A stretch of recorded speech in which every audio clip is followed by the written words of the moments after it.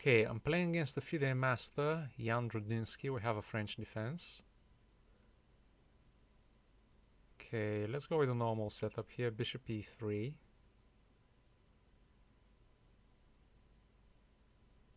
Okay, I like queen d2. He didn't play queen b6 early, so that's fine. Bishop e2 and castle's short, that's a normal move. If he wants to exchange on d4, I always have rook to d1, overprotecting that square. So if he plays bishop c5 and then wants to exchange everything, there's nothing I can do to stop that. But these positions are slightly better for white because of the bad French bishop on c8. So I really don't mind this. f6, interesting. He plays that before castling. I'll just take because that's just the normal move.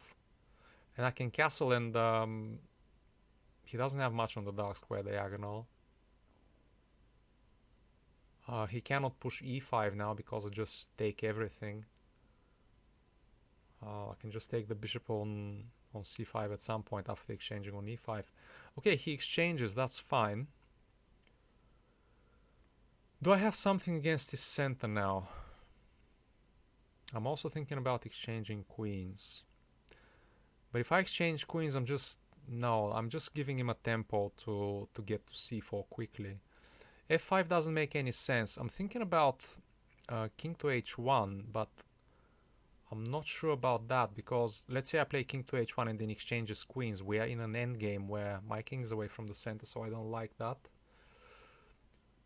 I can give a check on h5, but I don't think that does anything. He's not planning on castling anyway, so I think bishop to f3 is the move, and then trying to undermine his center somehow.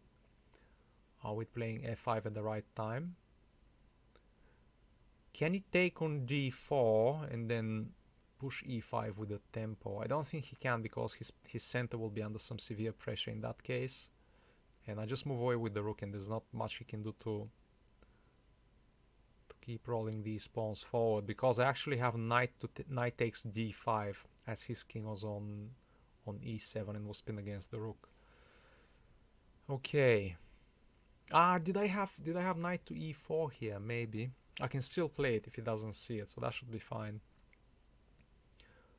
Yes, knight to e4 and then knight c5 with a double attack on the bishop on b7 and the e6 pawn. So I think he's losing a pawn at the very minimum here.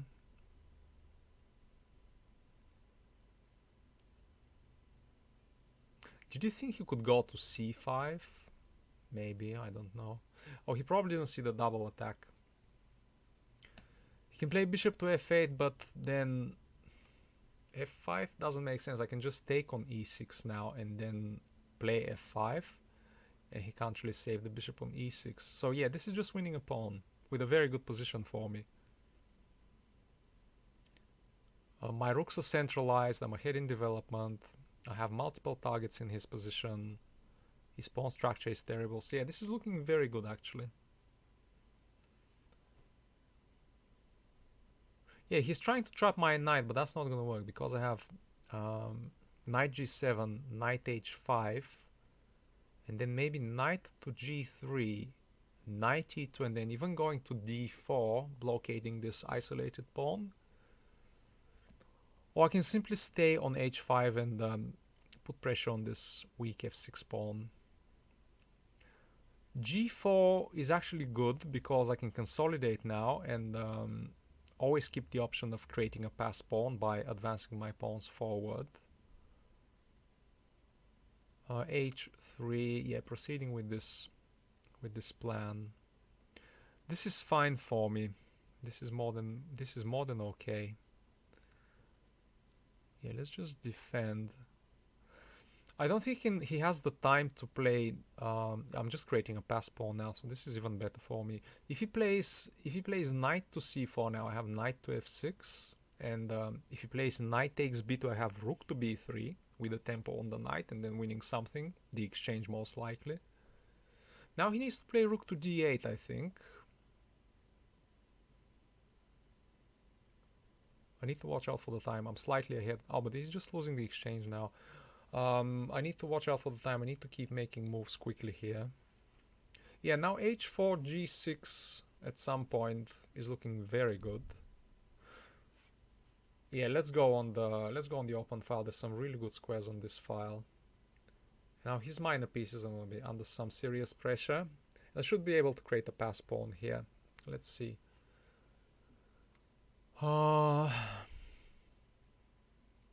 Let's exchange, and I can even take the knight now and deflect his king. I can deflect the king either by pushing the pawns or attacking the pawn on d4. And I just have a queenside majority, which I can always push, and he can't really attack the pawn on f4. At least he doesn't have enough time. So yeah, this is winning. This is completely winning. Okay, let's analyze this.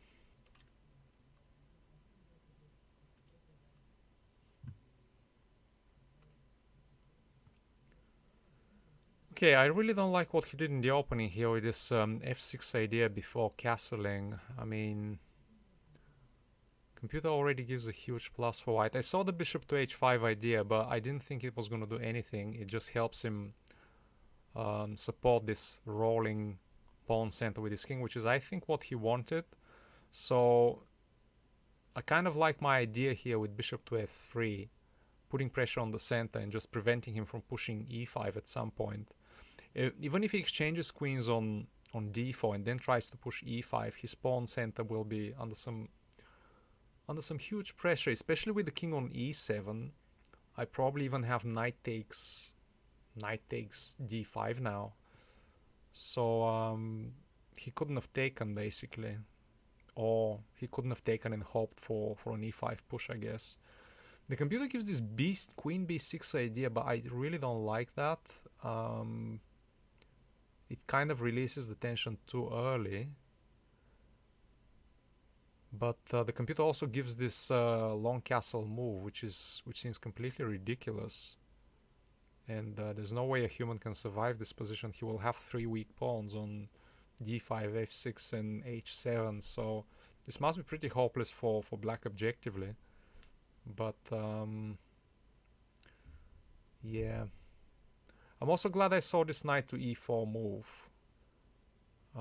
This is basically winning a pawn at the very minimum, and I think from then onwards it just fell apart completely. So as I said, it's probably not the knight to e4 idea that won the game. It's just this dubious opening play with f6. So yeah, definitely a lot to take for black here from this game, and white as well.